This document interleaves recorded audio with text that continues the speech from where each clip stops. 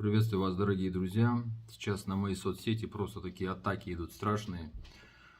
Людей разгневанных моей однозначной позицией по вопросу войны нынешней, которая идет на Украине.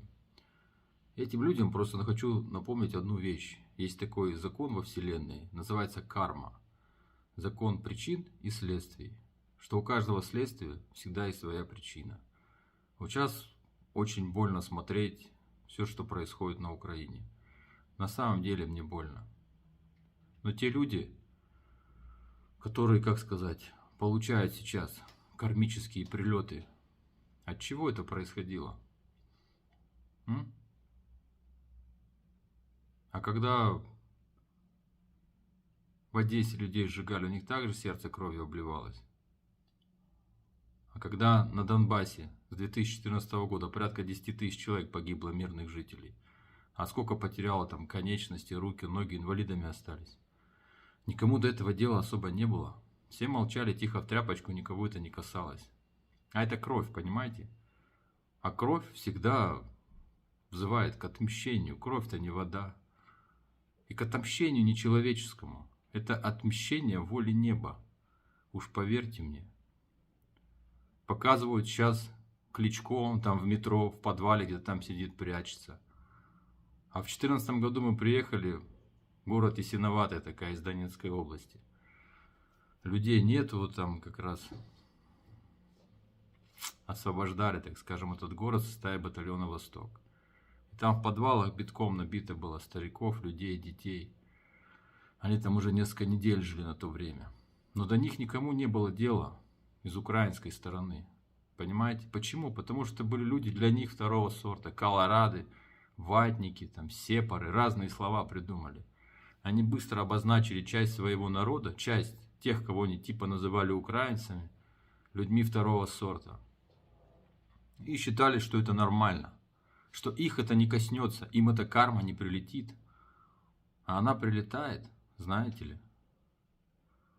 Когда возмущаются сейчас украинцы, что там делают там астины или другие кавказцы, вот чеченцы. Не знаю по поводу чеченцев, они сами, наверное, за себя ответят. Но по поводу астин я вам скажу. В 2008 году, сначала, точнее в 2004 году, в результате проведенной американцам спецоперации под видом переворот а-ля Майдан в Грузии, к власти пришел такой типули, как Саакашвили. И сразу же развязал войну в Южной Осетии. Устроил такую разведку боем. Получил по соплям. К 2008 году перевооружился и решил пойти в наступление. Устроить очередной геноцид в Южной Осетии. Грады долбили по мирному спящему городу. Операторами установок ПО были украинские военнослужащие. Там воевал украинский спецназ. Там воевали снайперши с Украины. В территории Южной Осетии. И кто кому-нибудь тогда на Украине было за это как-то больно на душе, что их граждане убивают моих собратьев в Южной Осетии. Ну, у кого-то что-то там дергалось, кто-то делал какие-то коллективные заявления, рыдания, стенания. Было такое? Я что-то не помню. И вот слезы тех матерей сейчас отливаются вам тоже. Это карма. Это никакое, знаете, это не хорошо и не плохо, это закон жизни. Любое, как сказать, действие имеет свою причину. И это вам сейчас отливаются слезы осетинских матерей, донецких матерей, луганских матерей. Это эти слезы отливаются, которые они лили все эти годы по своим убитым детям, мужьям. Там и женщин много убили за все это время. Всевышний услышал их молитвы. И это возмездие. Понимаете? Россия войны не начинает, она их заканчивает. Так было всегда и так всегда будет. Так что можно смело сказать, что это гнев Всевышнего сейчас обрушился на ваши головы. И не на ваши, дорогие братья украинцы, близкий, братский, любимый мой народ, а на ту нечисть, которая у вас власть захватила. Потому что это нечисть. Какой-нибудь Турчинов, кровавый пастор, да, или там Порошенко, или вся эта шайка-лейка.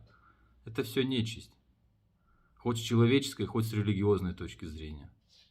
Она 8 лет лила кровь. И сейчас те, чью кровь она лила, братья, мужья, близкие родственники, они пришли спросить с них: а вы, украинский народ, эту нечисть защищаете, зачем вы это делаете? Ну вот зачем? Зачем вы защищаете Порошенко, Турчинова, эти все нацбатальоны, которые всякие садистские вещи устраивали, которые я своими глазами видел на территории Донецкой и Луганской области? Зачем вы их защищаете? Или вы тоже разделяете их позицию? Или вы считаете, что это правильно и благое то, что они там вытворяли? С них пришли спросить. Понимаете? Другого языка они не понимают. Они привыкли лгать, обманывать, аферистничать, разводить.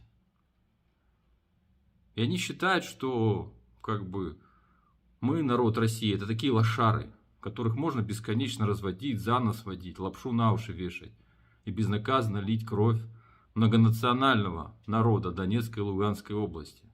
Почему я говорю многонационально? Потому что там действительно супер многонациональный состав жителей. Все это прекрасно знают. И люди пришли за это спросить. А так всегда бывает, это карма, я еще раз говорю. Закон причин и следствий.